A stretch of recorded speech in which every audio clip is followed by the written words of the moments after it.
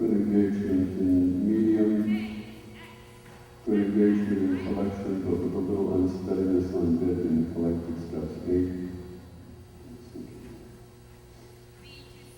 Needs a little more bending. 7.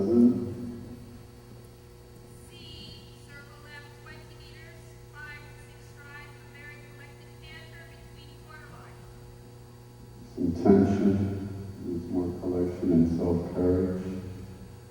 7. In the canter, this mare is still a little young in his collection. Let's face it, it's a little bit young. The canter is still very big, and then she has still a little bit trouble balancing. So what I would just like to work on is just, again, also teaching you to trust your horse to keep cantering while you're shortening with less aids. Does that make sense? Okay. And gentle. Stay in the walk, not figure walking, canter left lead. Good. Don't lean backwards when she starts. Focus that you stay with your reins. Hold the reins the way they are. Help her to stay there. Don't push her harder, but keep yourself vertical and keep your legs on the horse. Don't lean backwards to chase her away from your body. She has to be able to learn that she can trust herself to sit on her hind leg. Now ride just a half a straight shoulder, just a half a hoof point within the shoulder. That's enough, not more. And that canter, just keep first, hold your outside rein. Very slight collecting on the outside aid, but keep your legs from bumping her too much, just keep them on.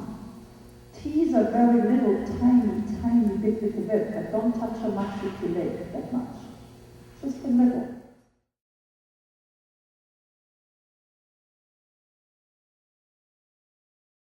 The working pirouette, what we want to see there the most is really that the rider is capable of doing what I worked with Susanna on, is to get the canter correctly collected, and then increase the collection as much as possible for the horse then to be able to also lower the hind legs more and more, bending and carrying the weight behind, while he then is able to turn the shoulder around the cantering punches. Just like in a walk pirouette, in the canter, it's the same idea, just a gait.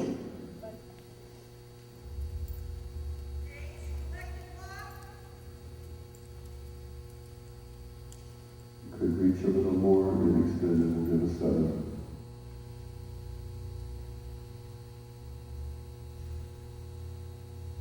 One step slightly outward, 6. The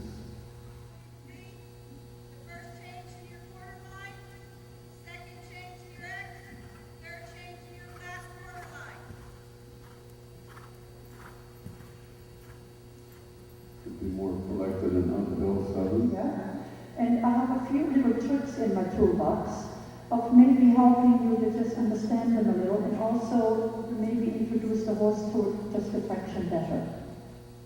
What I like to do is introduce you maybe to what we call it a triangle. So what I want you to do is just work on the triangle. So go straight ahead, but stay here for just a moment until I'm done explaining. What I want you to do is I want you to just walk, okay, in a walk to the short side from H to X, and then you go from X back to M.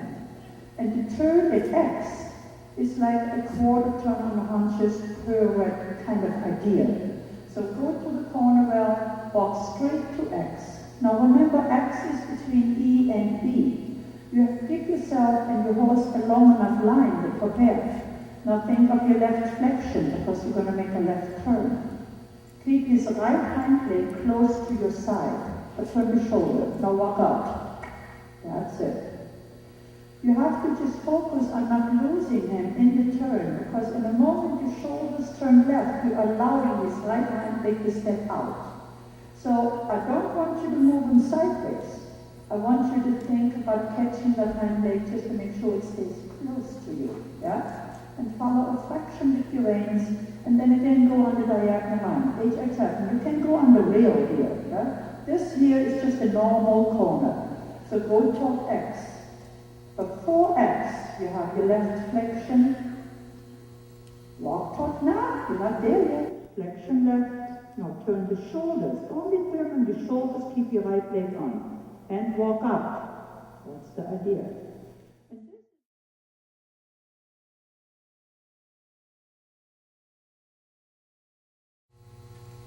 Seven.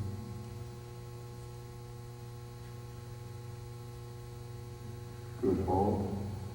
Tension and rein back. As a tendency to canter. 7. Approximately 3 meters in diameter. Return to track at F. 7 for the developing the collection. Losing canter behind. Yeah? I always feel like I like to show the horse what I want to do, and I show it in a gait that I can handle. So on that line, I want you to think of that diagonal line, but make a right bend, a right flexion and a bend. Think a little shoulder in, but keep them on the diagonal line. Bend more, I don't see enough. I don't see anything. No, go on the line. Yeah, stay straight. Walking. Now turn them a little, but keep your hunches. That's easy, easy, easy, and walk out. Do you know what you told me? Remember what you told me, Dana, when you were standing? He says, oh, I'm trying to help him on the outside way. But you know what you're doing is you're inhibiting him on the outside way. You're not allowing him to bend. You know, go back. First you have to allow the horse to get to the inside. Yeah. So in the positioning, you can't see both things. You've got to allow the horse for the outside way to get to the inside. Then you can make a little subtle. Dana, you just did a great turn. Why are all the horses' heads brought in so tightly by the riders? Do they think this is collection? And please describe the characteristics and essence of throughness. What was the first question? The first question asks about the short necks. They're saying, why are the horses' necks being brought in so tightly by the riders? They're seeing it from the side. And do they think that this is collection? We mentioned that we mentioned a lot of the lack of self-carriage and also some shortness in the neck. How bad was it? It's one factor on the training scale. So it is important, but it's not the only factor. It's not a 4. It can be a 4. It's horrible, but generally, it's a little short in the neck. It doesn't mean it's an insufficient score.